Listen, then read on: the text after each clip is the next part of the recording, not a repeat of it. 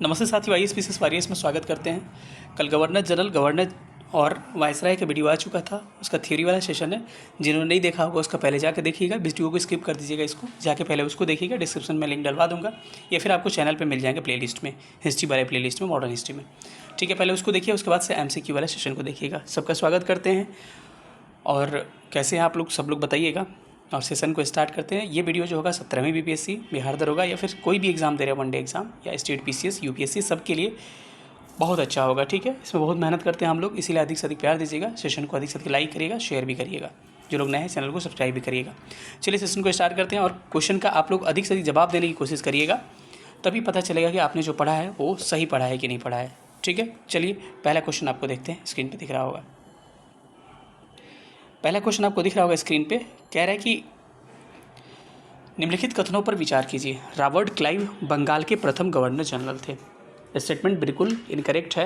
ये कह रहा है कि रॉबर्ट जो क्लाइव थे बंगाल के प्रथम गवर्नर जनरल थे।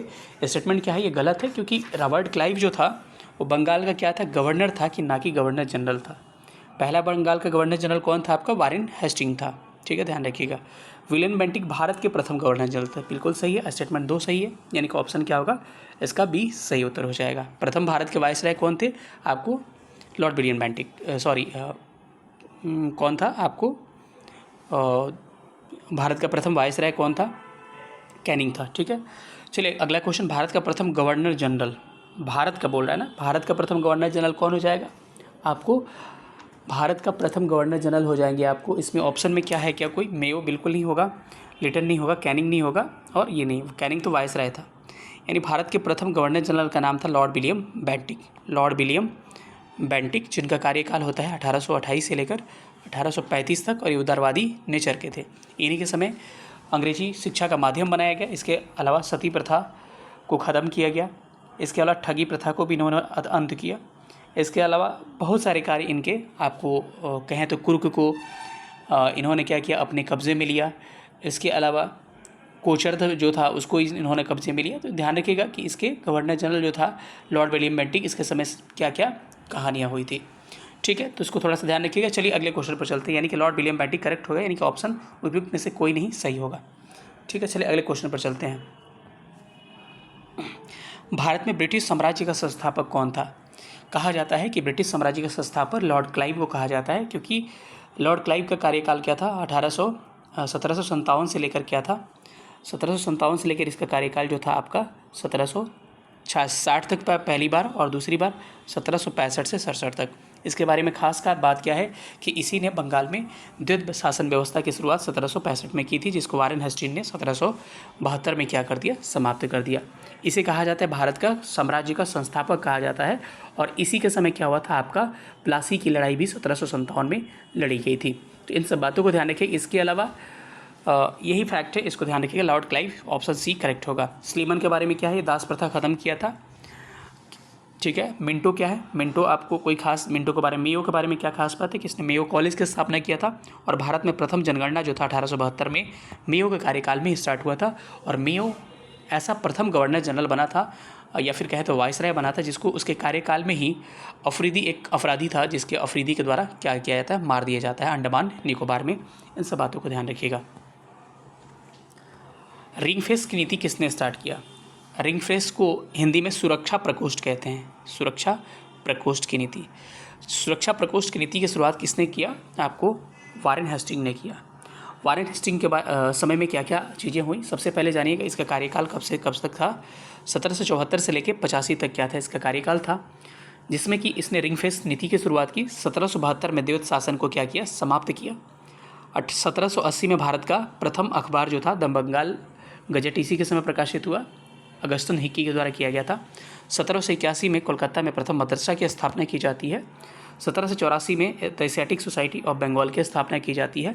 1774 में इसी के समय एक सर्वोच्च न्यायालय की स्थापना की जाती है, जिसका न्यायाधीश कौन था, एलिजा एम्फे था, और 3 अन्य न्यायाधीश हुआ करते हैं। इसने गीता का अंग्रेजी में अनुवाद किया था, चार्ल्स विल्किंसन के सहयोग विल्किंसन ने किया था इसी के कार्यकाल में। और अभिज्ञान शकुंतलम का अंग्रेजी अनुवाद इसी के टाइम पे किया गया था। किसने किया था आपको, विलियम जोन्स ने किया था। अगर और थोड़ा सा डिटेल में जाएं तो इसके समय कुछ युद्ध हुए थे, उस युद्ध को थोड़ा सा शॉर्टकट में हम लोग देख लेते हैं। सबसे पहले 1767 से लेके आपको पहले आपको 1775 से लेके आपको 1782 तक एक युद्ध हुआ था जिसको कहा जाता है प्रथम आंग्ल मराठा युद्ध। इसी के समय द्वितीय आंग्ल मैसूर युद्ध भी हुआ था 1780 से लेके 84 में, और 84 में कौन सी संधि हुई थी? मैंगलोर की संधि हुई थी। ठीक है, तो इसको थोड़ा सा ध्यान रखिएगा। प्रथम आंग्ल मराठा युद्ध के समय कौन सी? 1782 में सालबाई की संधि हुई थी। कौन? सालबाई की संधि हुई थी। इसका करेक्ट आंसर क्या हो जाएगा? ऑप्शन करेक्ट हो जाएगा, Warren Hastings is correct answer. ठीक है, डलहौजी के बारे में भी आगे हम लोग बात करेंगे, इसके बारे में जब आएंगे तब। ठीक है, क्योंकि लंबा हो जाएगा वीडियो थोड़ा सा। अगला क्वेश्चन कह रहे हैं निम्नलिखित में से किसने बंगाल में द्वैत शासन यानी कि ड्यूअल गवर्नमेंट को समाप्त किया? समाप्त स्टार्ट किसने किया? क्लाइव किया था। कब? 1765 में। लेकिन ख़त्म किसने किया था? वारेन हेस्टिंग ने। तो ऑप्शन क्या हो जाएगा? सी करेक्ट हो जाएगा। कार्नवालिस की खास बात क्या है कि कार्नवालिस ने बहुत सारा काम किया था। थोड़ा सा आगे कार्नवालिस के बारे में हम लोग आगे थोड़ा सा बात करेंगे। चलिए पहले इसको आगे बढ़ते हैं हम लोग। निम्नलिखित में से किस पर ब्रिटिश साम्राज्य संसद में महाभियोग चला था? पिट्स इंडिया एक्ट के संबंध में कुछ काम किया था वारेन हेस्टिंग। इसी को लेके जब 1785 में जाता है इंग्लैंड में, तो इस पर महाभियोग का मुकदमा चलाया जाता है बरो के द्वारा। ठीक है, बरो के द्वारा, इसको ध्यान रखिएगा। तो इसका करेक्ट आंसर क्या होगा? Warren Hastings is correct answer. ठीक है, वेलोर का विरोध हुआ था, उस समय गवर्नर जनरल कौन हुआ करता था? Sir John Barlow. वेलोर का युद्ध हुआ कब था? 1806 में हुआ था। इस फैक्ट को ध्यान रखिएगा। वेलेस्ली ने क्या शुरू किया था? सहायक संधि शुरू किया था। तो इसके आगे किसको किसको क्या विलय करता है उसके बारे में हम लोग जानेंगे। इसके कार्यकाल क्या था? 1798 से लेके 1805 क्या था? वेलेस्ली का कार्यकाल था। और ये जिन्होंने काम किया था, जो सारे काम को देखेंगे थोड़ा सा हम लोग बाद में देखेंगे जब इसका कार्यकाल आएगा। ठीक है, कार्नवालिस का कार्यकाल क्या है? 1786 से लेके एक बार 93 तक रहता है और एक बार फिर 1805 में बन के रहता है। इसी के समय क्या हुआ था? अस्थायी बंदोबस्त आया था। इसी के समय आपको तृतीय आंग्ल मैसूर युद्ध हुआ था। कब? 1790 से 92 के बीच में। और 1792 में कौन सी युद्ध संधि हुई थी? श्रीरंगपट्टनम की संधि हुई थी। इन सब बातों को आप थोड़ा सा ध्यान रख सकते हैं। इसको पुलिस सेवा, न्यायिक सेवा और सिविल सेवा के जनक माना जाता है। और इसकी कब्र कहाँ है? इसकी कब्र कहाँ? कार्नवालिस की कब्र कहाँ है? गाजीपुर में है। इन सब बातों को ध्यान रखिएगा आप। निम्नलिखित में से किस गवर्नर जनरल ने भारत की प्रसंविधता सिविल सेवा कोऑर्डिनेटेड सर्विस कोड की स्टार्ट किया था? यानी भारतीय सिविल सेवा, सिंपल सी अगर घुमा फिरा के नहीं बात करना चाहे तो भारत में सिविल सेवा की शुरुआत किसके द्वारा मानी जाती है? तो भारत में सिविल सेवा की शुरुआत आपको कार्नवालिस के द्वारा मानी जाती है। इसने सिविल सेवा की शुरुआत की, इसके बाद पुलिस सेवा की शुरुआत की, इसके अलावा इसने न्यायिक सेवा की भी शुरुआत की। तो ध्यान रखिएगा। इसी के समय 1793 में अस्थायी बंदोबस्त आया था। इसी के समय 1790 से लेकर 92 में तृतीय आंग्ल मैसूर युद्ध हुआ था, जिसमें 1792 में श्रीरंगपट्टनम की संधि हुई थी। इन सब बातों को आप फोकस करिएगा। चलिए अगले क्वेश्चन पर आते हैं। लॉर्ड कार्नवालिस की कब्र कहाँ है? अभी मैंने कब बोला था कि इसकी कब्र कहाँ है? गाजीपुर में इसकी कब्र है। कार्नवालिस की ऑप्शन ए करेक्ट हो जाएगा। सहायक संधि को स्वीकार करने वाला पहला शासक कौन था? इसमें देखिए बड़ा सस्पेंस होता है। ये पूछा है कि सहायक संधि स्वीकार करने वाला पहला शासक का नाम पूछा है। तो एक पूछता है कि भारतीय शासक, एक पूछता है शासक। तो इसको हम लोग थोड़ा सा कंफर्म करेंगे कि वेलेस्ली क्या बोल रहा है? सहायक संधि बोला है, नॉट वेलेस्ली की सहायक संधि। तो सहायक संधि स्वीकार करने वाला पहला शासक का अवध का नवाब था। अवध का नवाब था जिन्होंने पहली बार सहायक संधि को स्वीकार किया था। लेकिन चूंकि माना जाता है कि सहायक संधि की शुरुआत डुप्ले ने किया था। डुप्ले जो था 1765 में ही सहायक संधि की शुरुआत किया था। और वेलेस्ली का कार्यकाल क्या है? 1798 से 1805 कार्यकाल है। तो अगर कहा जाए कि सहायक संधि पहली बार, तो कहिएगा अवध। सहायक संधि स्वीकार करने वाला 1765 में पहला शासक कौन था? आपको अवध था। लेकिन अगर पूछा जाए कि वेलेस्ली की सहायक संधि स्वीकार करने वाला पहला शासक कौन था, तब जाके इसमें थोड़ा सा अंतर आपको देखने को मिलेगा, क्योंकि इसका कार्यकाल मैं बता चुका हूँ 1798 से 1905 है। तो इसके बीच बीच में किसको किसको विलय किया जाता है, थोड़ा सा इस बार देख लीजिएगा। इसमें सबसे पहले पूछा जाए तो 1798 में हैदराबाद को, 1798 में हैदराबाद को, तंजौर और मैसूर को, 1799 में किया जाता है। इसके अलावा अवध को 1801 में विलय करता है ये। उसके अलावा मराठा को आपको 1802 में, और इसी समय बाजीराव सेकंड और अंग्रेज़ों के बीच में बशिन की संधि भी हुई थी। बरार एवं भोसले पूछा जाए, इस सारा थ्योरी में लिखा हुआ है। बरार एवं भोसले को आपको 1803 में, सिंधिया को और किसको? सिंधिया को 1804 में। ध्यान रखिएगा कि इंदौर के होलकरों ने सहायक संधि स्वीकार नहीं की थी। सहायक संधि क्या था? कि राज्य से खर्च लेके उन्हीं को सेना देता था और एक खर्च लेता था और राज्य को नियंत्रण में रखता था। यानी कि ऑप्शन क्या होगा, अवध इज करेक्ट आंसर, इसमें कंफ्यूज मत होइएगा। सहायक संधि को किसके काल में क्रियान्वित किया गया? तो आपको पता है कि सहायक संधि को किसके कार्यकाल में क्रियान्वित किया गया? तो वेलेस्ली के कार्यकाल में किया गया। कब भाई? 1798 से पहले बार हैदराबाद को विलय करके इसमें स्टार्ट किया जाता है। ऑप्शन बी करेक्ट हो जाएगा। ठीक है, चलिए अगले प्रश्न पर आते हैं। अगला प्रश्न कह रहा है कि निम्नलिखित पर विचार कीजिए जिन्होंने लॉर्ड वेलेस्ली के सहायक संधि को स्वीकार किया। तो इसमें क्या करना है, आपको इसको क्रम बताना है कि कौन कब इसकी सहायक संधि स्वीकार करता है, उसके हिसाब से आसानी से इस प्रश्न को डील कर ही लीजिएगा। पहला क्या होगा, 1798 कौन स्वीकार करता है भाई? हैदराबाद स्वीकार करता है। मैसूर और तंजौर कब स्वीकार करते हैं? 1799 में। अवध की बात करें, अवध कब करता है? 1801 में। और सिंधिया कब करता है? 1804 में। तो इसका अगर क्रम देखा जाए तो 1 2 3 4 ही क्या होगा, इसका सही उत्तर हो जाएगा। Option A is right. ये बहुत इंपॉर्टेंट है, इस तरह के प्रश्नों को थोड़ा सा देख लीजिएगा, सबका कब कब सहायक संधि हुआ था। उस समय जब नेपोलियन की शक्ति के सामने यूरोप में साम्राज्य धाराशाही हो गए थे, नीचे दिए गए गवर्नर जनरल में भारत का ब्रिटिश का पताका फहराया। मतलब कि नेपोलियन के समय ब्रिटिश लोग उधर धाराशाही हो रहे थे, तो भारत में एक गवर्नर था जिसने अपना पताका फहराया था। उसका नाम क्या था? वेलेस्ली इसका नाम था। क्या नाम था? वेलेस्ली इसका नाम था। अपने आप को बंगाल का शेर कहता था। बंगाल का ये शेर अपने आप को बोलता था। इस बात को भी आपको थोड़ा सा गौर करना है। आंग्ल नेपाल युद्ध जिसके शासनकाल में हुआ था, वो कौन था जिसके काल में आंग्ल नेपाल युद्ध हुआ था? ध्यान रखिएगा कि आंग्ल नेपाल युद्ध कब हुआ था भाई? 1814 से लेकर 1816 के बीच में। और मार्च 1816 में एक संधि होती है जिसको सुगौली की संधि कहा जाता है। तो जब कार्यकाल देखा जाए तो उस समय क्या था? लॉर्ड हेस्टिंग का कार्यकाल था। अगर थोड़ा सा कार्यकाल की अगर बात कर दे आपसे और थोड़ा सा कार्यकाल पे देखा जाए तो लॉर्ड हेस्टिंग का कार्यकाल 1813 से लेकर कब तक था? 23 तक था। और इसी बीच में क्या होता है? नेपाल युद्ध भी होता है। और इसी के कार्यकाल में तृतीय मराठा युद्ध भी होता है। तृतीय मराठा युद्ध कब भाई? 1817-18 के करीब में तृतीय मराठा युद्ध। यानी कि ऑप्शन क्या होगा इसका? बी करेक्ट हो जाएगा। सुगौली की संधि कब हुई थी? मार्च 1815 में। तो अब डिपेंड करता है क्वेश्चन पे कि कैसे सवाल पूछे जाते हैं, उसके हिसाब से आंसर लिया जाएगा। अगर 16 ऑप्शन में है तो 16 लीजिएगा, नहीं तो आपको 15 भी ऑप्शन में ले सकते हैं। तो इसका करेक्ट आंसर क्या हो जाएगा?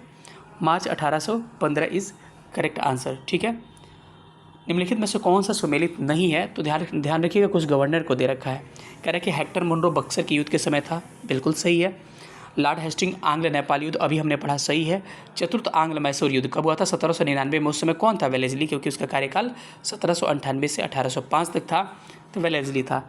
अब कह रहे हैं कि लॉर्ड कर्नवालिस तृतीय मराठा युद्ध के समय था, बिल्कुल गलत है। तृतीय आंग्ल मराठा युद्ध 1817 के करीब में हुआ था। उस समय लॉर्ड हेस्टिंग था, ना कि आपको कर्नवालिस था। तो करेक्ट आंसर क्या होगा? ऑप्शन डी हो जाएगा करेक्ट। ठीक है, तथाकथित कुशासन के आधार पर किस गवर्नर जनरल ने मैसूर को शासन में अपना मिला लिया? तो विलियम बेंटिक था। इन्होंने क्या किया? कुशासन के आधार पर अपने शासन में मिला लेता है किसको? 2 राज्यों को। एक तो मैसूर को कब? 1831 में। और दूसरा किसको? कुर्ग को 1834 में अपने शासन में ये मिला लेता। तो ऑप्शन क्या होगा इसका? सी करेक्ट आंसर आपका हो जाएगा। ठगों का उन्मूलन किसके नेतृत्व में हुआ? तो देखिए, ठगों का जब उन्मूलन हुआ था तो उस समय गवर्नर जनरल कौन था? उस समय गवर्नर जनरल कौन था आपका? मुख्यतः आपको बेंटिक हुआ करता है, लेकिन उन्मूलन किया किसने? तो स्लीमन ने किया था। तो आंसर क्या था? ऑप्शन बी करेक्ट हो जाएगा। ये बीपीएससी में पूछा हुआ सवाल हो जाएगा। ठीक है, ये प्रश्न हाल ही में पूछा आपको किस बीपीएससी में? 67वीं में पूछा है, जो री एग्ज़ाम हुआ था। कह रहे कि इसका क्रम बताना है और क्या सही है इसमें ये बताना है। ये कह रहे हैं सती प्रथा का उन्मूलन किया किसने? विलियम बेंटिक, बिल्कुल सही। 1829 में एक्ट 17 के तहत इन्होंने सती प्रथा का उन्मूलन किया। दास प्रथा का भी उन्मूलन इसी के समय किया गया, एलन इसके द्वारा। अभी हमने देखना उसके बाद से आपको धर्म परिवर्तन करना के कारण अयोग्यता को हटाना, बिल्कुल ये क्या है? आपको इनकरेक्ट है। और एक कह रहा है कि ठगों का कौन किया भाई? स्लीमन किया। और देखिए, दास प्रथा जो एलन बरो ने ख़त्म किया था, कन्फ्यूज मत होइएगा। एलन बरो दास प्रथा ख़त्म किया था, लेकिन आयोग ने माना था कि वेंटिक के काल से ही इसकी प्रयास शुरू हो गई थी। तो इसीलिए एलन बरो जो होगा दास प्रथा का ख़त्म किया, लेकिन इसको भी आयोग सही माना है, यानी 1 2 4 को सही माना है। तो 1 2 4 क्या होगा? ऑप्शन सी इसका क्या हो जाएगा? करेक्ट आंसर हो जाएगा। चलिए अगले प्रश्न पर चलते हैं। सती प्रथा को कौर ज्ञान कानूनी बनाया था आपको किसके काल में? विलियम बेंटिक के कार्यकाल में। इसके कार्यकाल में अंग्रेजी को शिक्षा का माध्यम बनाया जाता है। लॉर्ड मैकाले घोषणा पत्र 1835 जारी की जाती है और मैंने बताया था मैसूर को 1831 में और कुर्ग को 1834 में अपने शासन में मिला लिया जाता है। कैप्टन स्लीमन की सहायता से 1830 में ये ठगी प्रथा का क्या करता है? अंत करता है। तो इन सब बातों को थोड़ा सा ध्यान रखना। और कंपनी के अधीन 1837 चार्टर एक्ट के तहत भारत का पहला गवर्नर जनरल के विलियम बेंटिक ही आया था। ऑप्शन क्या होगा इसका? बी करेक्ट हो जाएगा। इनमें से किस वर्ष बंगाल से दासों का निर्यात रोका गया?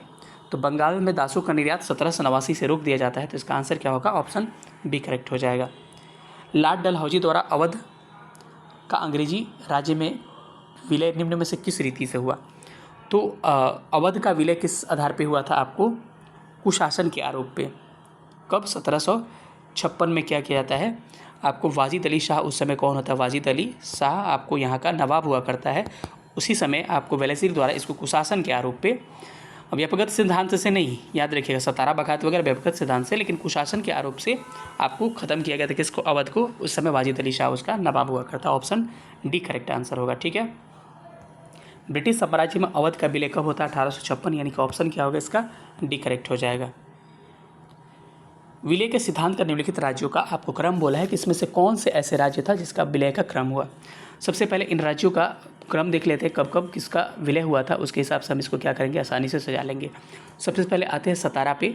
सतारा का विलय आपको मैं बताया था कि सबसे पहले विलय किसका हुआ था? तो सबसे पहले विलय आपका किसका हुआ था? सतारा का कब हुआ था? आपको ध्यान रखिएगा, सतारा का विलय 1848 में हुआ था। झांसी का कब हुआ था? झांसी का आपको 1853 में हुआ था। उसके अलावा बगहात का 1850 में होता है, ये 48 है, और उदयपुर का 1852 में। तो इसका क्रम देखना अगर चाहिएगा तो इसका क्रम क्या हो जाएगा? सबसे पहले 1848 हो जाएगा, एक नंबर ये हो जाएगा, एक के बाद से 3 नंबर क्या हो जाएगा? बगहात हो जाएगा, 3 के बाद से 4 नंबर क्या हो जाएगा? उदयपुर, और 4 नंबर झांसी, यानी कि ऑप्शन क्या होगा? सी इसका करेक्ट हो जाएगा। निम्नलिखित में से किसने विलय की नीति नियोजित यानी क्रियान्वित की थी? क्या नाम था इसका? डलहौजी नाम था। इसका कार्यकाल 1848 से लगभग 55 तक इसका कार्यकाल माना जाता है। किसको? लॉर्ड डलहौजी का। 56 तक माना जाता है। इसी के समय 1853 में 16 अप्रैल 1853 को भारत में पहली बार रेल चलती है मुंबई से थाने तक, इंडियन पेनिनसुलर कंपनी के द्वारा। ठीक है, इसको ध्यान रखिएगा। डाक सेवा शुरू करता है, लोक सेवा विभाग शुरू करता है, चार्ल्स वुड डिस्पैच नीति आती है, पहली बार भारत में तार सेवा शुरू करता है। तो इन सब बातों को आप एक बार गौर कर सकते हैं। ठीक है, और किनको किनको विलय किया था एक बार अगर और देखना चाहे तो सबका क्रम आपको मैं बता दे रहा हूँ। सबसे पहले सतारा को नोट कर लीजिएगा, यहाँ पे लिखने का जगह नहीं है। सतारा को 1848 में, जैतपुर संबलपुर को 1849 में, बगहात को 1850 में, उदयपुर को 1852 में, झांसी को 1853 में, नागपुर को 1854 में और करौली को 1855 में। नोट्स में दिया हुआ है, लिखने की ज़रूरत नहीं है। ठीक है, जो लोग वीडियो नहीं देखेंगे, बार बार कह रहा हूँ, पहले थ्योरी वाला वीडियो देखिएगा तब यहाँ पर आइएगा। व्यक्तिगत सिद्धांत के अंतर्गत विलय किए जाने वाला प्रथम राज्य कौन था? तो पहला राज्य कौन था भाई? पहला राज्य सतारा ही था, जिसको 1848 में व्यक्तिगत सिद्धांत के तहत इसको विलय कर लिया जाता है। तो क्या होगा आंसर इसका? सतारा इज करेक्ट आंसर। चलिए अगले प्रश्न पर चलते हैं।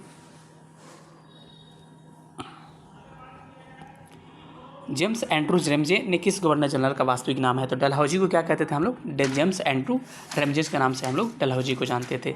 इसका करेक्ट आंसर क्या हो जाएगा? Option A is right answer. अंग्रेजों द्वारा सिंध विलय कब किया गया था? 1843 में अंग्रेजों द्वारा सिंध का विलय किया गया था। उस समय एलन बरो था। एलन बरो ने ही आपको क्या किया था? दास प्रथा को ख़त्म किया था पूरी तरह से, और एलन बरो के समय ही रविवार की छुट्टी भी समाप्त की गई थी। ठीक है, तो इसको बात ध्यान रखिएगा। सिंध का विलय 1843 में एलन बरो के द्वारा की जाती है। किसने सिंध विजित कर उसका अधिकरण किया था? तो आपको क्या हो जाएगा? यहाँ आंसर नेपियर हो जाएगा, क्योंकि किया कौन था उस समय? एलन बरो क्या था? एलन बरो गवर्नर था, लेकिन इसका क्या था? आपको कौन हुआ करता है उस समय? करता कौन है? नेपियर करता है।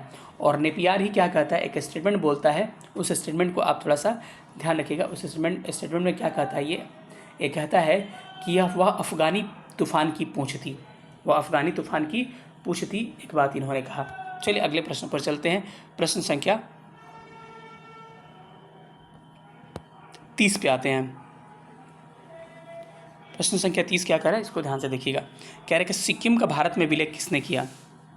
सिक्किम एक डॉक्टर होता है, उसी के आधार पर 1850 में इसका क्या कर लिया था, डलहौजी के द्वारा विलय कर लिया जाता। ऑप्शन इसका सी करेक्ट हो जाएगा। अगला प्रश्न कह रहा है कि भारत में प्रथम रेलवे लाइन किसने बिछाया भाई, डलहौजी ने बिछाया। किसने, डलहौजी ने बिछाया था। 16 अप्रैल कब, 1853 में। कहाँ से, मुंबई से कहाँ तक, थाड़े तक। कितना किलोमीटर, 34 किलोमीटर। कंपनी कौन, इंडियन पेनिनसुला कंपनी का नाम होगा। ऑप्शन क्या हो जाएगा, ए करेक्ट हो जाएगा। भारत में पहली बार रेल कब बिछाई गई, आपको पता है 16 अप्रैल 1853, यानी कि ऑप्शन ए करेक्ट हो जाएगा। विधवा पुनर्विवाह अधिनियम किसके शासनकाल में क्रियान्वित किया जाता है, तो उनका नाम क्या था आपका, कैनिंग के कार्यकाल में। ये प्रथम वायसराय होता है और 1856 में विधवा पुनर्विवाह अधिनियम आता है और ईश्वर चंद्र विद्यासागर ने अपनी बेटी की शादी करके पहली बार विधवा विवाह को क्या किया, प्रोत्साहित किया। ठीक है, आंसर क्या हो जाएगा इसका, बी करेक्ट हो जाएगा। 1 नवंबर 1858 को महारानी विक्टोरिया का घोषणा पत्र इलाहाबाद में पढ़कर किसने सुनाया, तो ध्यान रखिएगा घोषणा पत्र को कैनी ही पढ़ के सुनाया था। ऑप्शन क्या होगा इसका, बी करेक्ट हो जाएगा। अपने पुत्र के स्थान पर दूसरे को उत्तराधिकारी गोद लेने के अधिकार को पुनः कब स्थापित किया जाता है, 1857 की क्रांति के बाद। जब पता चल जाता है इन लोगों को कि भारतीय लोग शांत नहीं रहेंगे तो क्या करते हैं, इस अधिनियम को ख़त्म करके अगर जिसका पुत्र नहीं होगा उसके भी साम्राज्य को हड़पने का, यानी कि डलहौजी की नीति को ख़त्म करने का शुरू किया गया। यानी कि क्या हो जाएगा, 1858 के अधिनियम। और उसी समय कंपनी का शासन कहाँ चला गया, आपको चला गया क्राउन के पास, ब्रिटिश क्राउन महारानी के पास। ठीक है, महारानी विक्टोरिया भारत की सामग्री कब नियुक्त की जाती है, इंपॉर्टेंट प्रश्न है। एक बार पूछा है इसको कि भारत की महारानी विक्टोरिया कब नियुक्त की जाती है, तो इस प्रश्न पे ध्यान रखिएगा। इसका करेक्ट आंसर क्या होगा, इसका 1877 इस करेक्ट आंसर हो जाएगा। ठीक है, निम्नलिखित में से किस गवर्नर जनरल ने भारत में दास प्रथा को समाप्त किया था, तो उस गवर्नर जनरल का नाम क्या था जिसने दास प्रथा को ख़त्म किया था, उसका नाम था एलन बरो ने दास प्रथा को ख़त्म किया था। ठीक है, ठगों का दमन किसने किया था, स्लीमन ने विलियम बेंटी के समय। ठीक है, अब कह रहे हैं कि कौन सा स्टेटमेंट इसमें इनकरेक्ट है, उसको छांटना है। कर्नवालिस के समय अस्थायी बंदोबस्त 1793 बिल्कुल सही है। लॉर्ड वेलेस्ली सहायक संधि बिल्कुल सही है। डलहौजी के समय व्यवस्था बिल्कुल सही है। लॉर्ड कैनिंग उच्चतम निष्कर्षता सिद्धांत जो था लॉरेंस का था, आपको ना कि आपको कैनिंग का था, तो क्या हो जाएगा, डी इनकरेक्ट है इसमें। निम्न में से कौन सुमेलित नहीं है, फिर आपको इनकरेक्ट छांटना है। चलिए छांटते हैं हम लोग। इसमें इनकरेक्ट क्या हो जाएगा, लॉर्ड कर्नवालिस अस्थायी बंदोबस्त बिल्कुल सही है। लॉर्ड वेलेस्ली सहायक संधि बिल्कुल सही है। लॉर्ड जानसोर आंग्ल नेपाल बिल्कुल नहीं, लॉर्ड हेस्टिंग था उस समय। ठीक है, लॉर्ड हेस्टिंग के समय तृतीय आंग्ल मराठा युद्ध 1817-18 बिल्कुल सही है, क्योंकि हेस्टिंग का कार्यकाल 1813 से 23 था। इसका करेक्ट आंसर क्या होगा, option C is correct answer. निम्नलिखित में से कौन सा इनकरेक्ट है, फिर ये पूछ रहा है, तो इनकरेक्ट क्या हो जाएगा, बोल रहा है कि निम्नलिखित में से कौन सा, कर्नवालिस के समय क्वेश्चन सेम आ गया। ठीक है, तो थोड़ा सा आगे बढ़ जाते हैं। भारत में अंग्रेजों के समय प्रथम जनगणना कब हुई थी, ध्यान रखिएगा कि मेयो के कार्यकाल में 1872 में अंग्रेजों के समय प्रथम बार जनगणना, लेकिन नियमित जनगणना रिपन के कार्यकाल में 1881 से प्रारंभ होता है।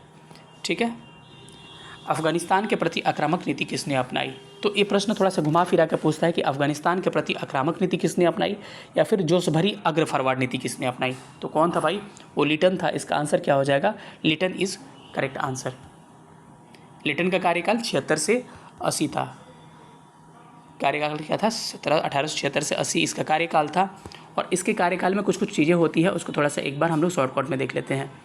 इसको ओवर मेडिसिन कहा जाता है क्योंकि उपन्यासकार था, निबंध लेखक था और साहित्यकार था। अफगानिस्तान के लिए ये नीति चलाता है। इसी के समय आपको 1878 में आपको वर्नाकुलर प्रेस एक्ट शुरू किया जाता है। भारत शस्त्र अधिनियम इसी के समय आता है और अलीगढ़ में एक मुस्लिम एंग्लो प्राच्य विद्यालय की स्थापना इसी के समय की जाती है।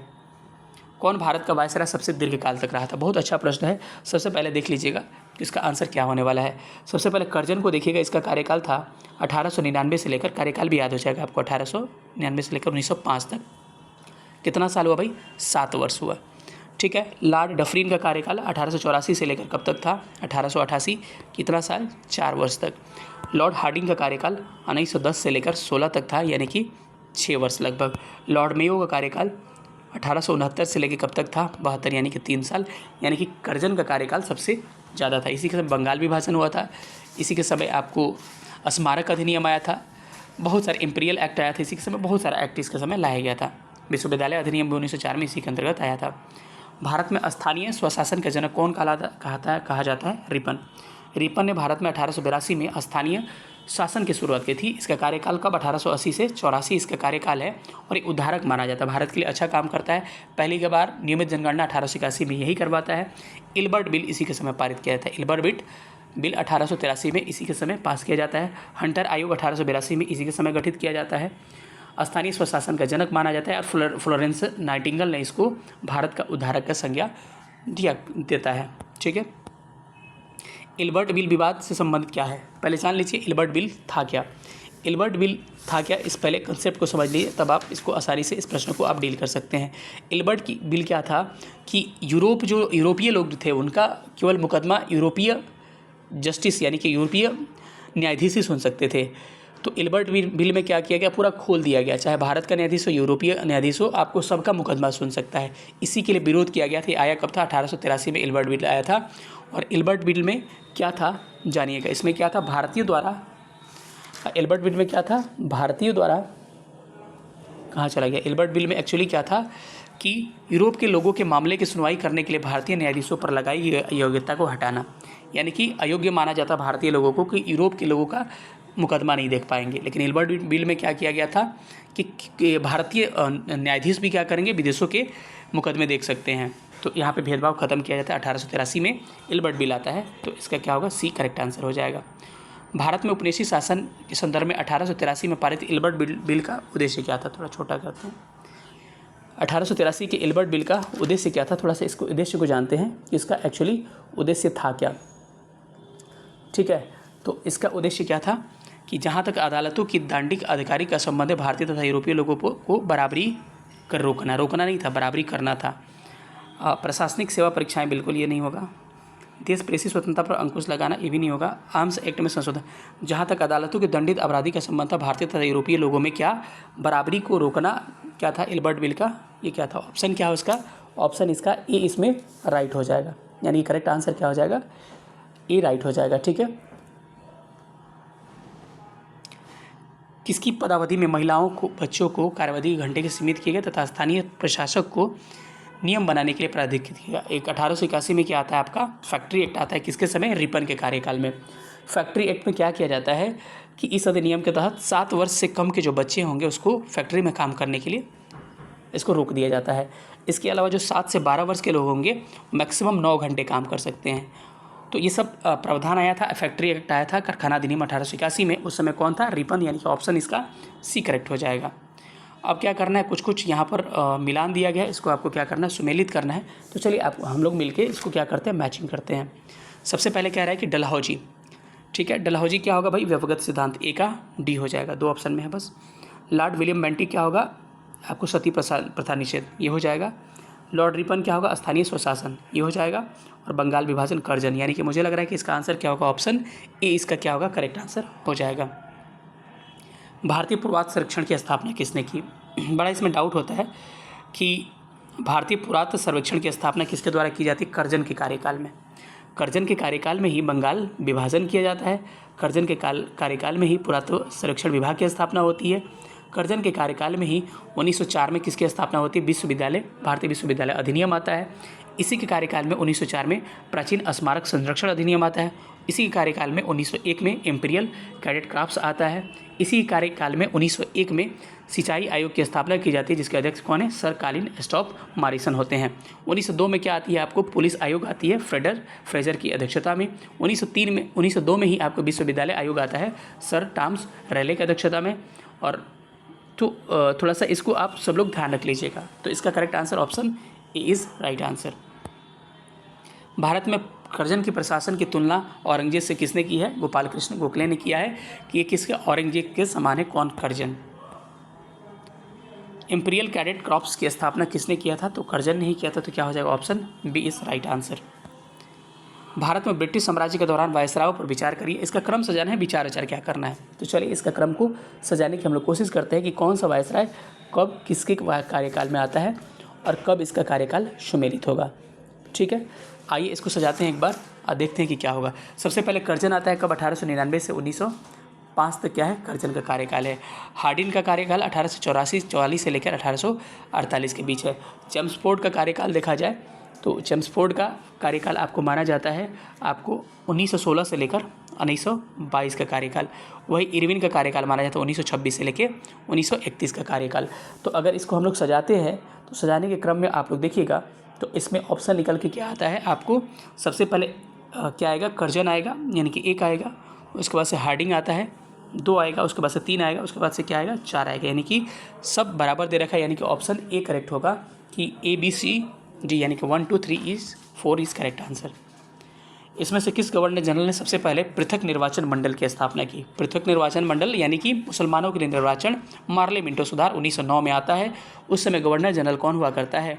उस समय गवर्नर आपको मार्ले मिंटो ही हुआ करता है। उसी समय मुसलमानों के लिए पृथक निर्वाचन की स्थापना 1909 में की जाती है। इस सुधार को मार्ले मिंटो सुधार कहा जाता है। इसी के समय सूरत विभाजन होता है आपको 1907 में।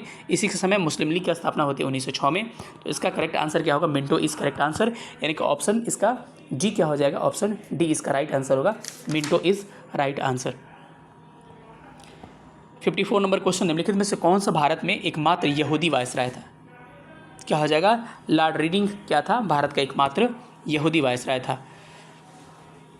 अच्छा, चेम्सफोर्ड के कार्यकाल के बारे में अगर बात करें, आपको चेम्सफोर्ड के कार्यकाल के बारे में, यहूदी वायसराय था, ये हो ही गया। तो क्या हो जाएगा इसमें? रीडिंग क्या था? एक यहूदी वायसराय था। और इसका रीडिंग का कार्यकाल देखा जाए अगर, तो रीडिंग का कार्यकाल है 1921 से लेकर 26 कार्यकाल था। इसके समय क्या हुआ था? 1921 में क्या हुआ था? केरल में मोपला विद्रोह हुआ था। 5 फरवरी 1922 को चौरा चौरी कांड हुआ था। 1923 में स्वराज पार्टी की स्थापना हुई थी। थोड़ा सा चेम्सफोर्ड का भी कार्यकाल इंपॉर्टेंट है, उसको देख ले कि उसके कार्यकाल में क्या क्या चीज़ें हुई थी। उसका कार्यकाल क्या था? 1916 से 21 तक कार्यकाल था। इसी के समय कांग्रेस का लखनऊ अधिवेशन 1916 में। इसी के समय आपको शिक्षा पर सडलर आई 1917 में। इसी के समय रॉलेट एक्ट 1919 में। इसी के समय जालियांवाला बाग हत्याकांड 13 अप्रैल 1919 को। इसके समय खिलाफत आंदोलन 1919 में। इसी के समय असहयोग आंदोलन 1920 में। तो सब इसको ध्यान रखिएगा। इसी के समय तीव्र आंग्ल अफगान युद्ध 1919 में। ये सारा ध्यान रखिएगा, तभी आपके प्रश्न बन पाएंगे। चेम्सफोर्ड इंपॉर्टेंट है। प्रश्न का थोड़ा सा लाइनिंग इधर उधर हो गया है, 1 नंबर आ गया, कोई बात नहीं, आप लोग मैनेज करिएगा। कह रहे हैं कि निम्नलिखित में से कौन सा युग में सुमेलित नहीं है? ठगों का दमन विलियम बेंटिक के समय किया जाता है, बिल्कुल सही है। एल्बर्ट बिल रिपन के समय, रिंगफेस हेस्टिंग, वरना कुलर पेस्ट एक्ट कर्जन नहीं है भाई, कौन है? लिटन है। वरना कुलर पेस्ट एक्ट आया था 1878 में, उस समय लिटन हुआ करता है। नंबरिंग गड़बड़ हो गया, थोड़ा सा ध्यान रखिएगा, 1 नंबरिंग गड़बड़ हुआ है बस। चलिए अगले प्रश्न पर हम थोड़ा सा गौर करते हैं। ब्रिटिश भारत में की राजधानी का कलकत्ता से दिल्ली हस्तांतरण कब किया जाता है? तो ब्रिटिश भारत में राजधानी का कलकत्ता से हस्तांतरण कब होता है? उस समय सबसे पहले याद रखिए कौन था भाई? उस समय हार्डिंग था। हार्डिंग उस समय हुआ करता है। और 12 दिसंबर 1911, ध्यान रखिएगा, 12 दिसंबर 1911 को दिल्ली दरबार का आयोजन किया जाता है और ब्रिटेन का राजा जॉर्ज पंचम आता है। और इसी समय बंगाल विभाजन रद्द करके 1912 में भारत की राजधानी कोलकाता से दिल्ली स्थानांतरित की जाती है। आंसर क्या हो जाएगा? इसका आंसर हो जाएगा आपको हार्डिंग इज करेक्ट आंसर। और हार्डिंग के कार्यकाल में ही एक और काम हुआ था कि BHU का इसको कुलाधिपति नियुक्त किया गया था 1916 में, और उद्घाटन भी इसी ने BHU का किया था। ऑप्शन क्या होगा? 20 का करेक्ट हो जाएगा। भारत का अंतिम वायसराय कौन था? बहुत ही अच्छा प्रश्न है कि भारत का अंतिम वायसराय कौन था। तो याद रखिएगा कि माउंटबेटन जो था भारत का अंतिम वायसराय था। और आज़ादी के पहले प्रथम गवर्नर जनरल भी कौन था? यही था, माउंटबेटन। ठीक है, चलिए अगले प्रश्न पर आते हैं। स्वतंत्र भारत के पहले भारतीय गवर्नर जनरल कौन थे? तो याद रखिए C राजागोपालाचारी। ऑप्शन ये हो जाएगा कि स्वतंत्र भारत के पहले जो गवर्नर थे आपके C राजागोपालाचारी हुआ करते हैं। भारत के प्रथम एवं अंतिम गवर्नर जनरल कौन थे?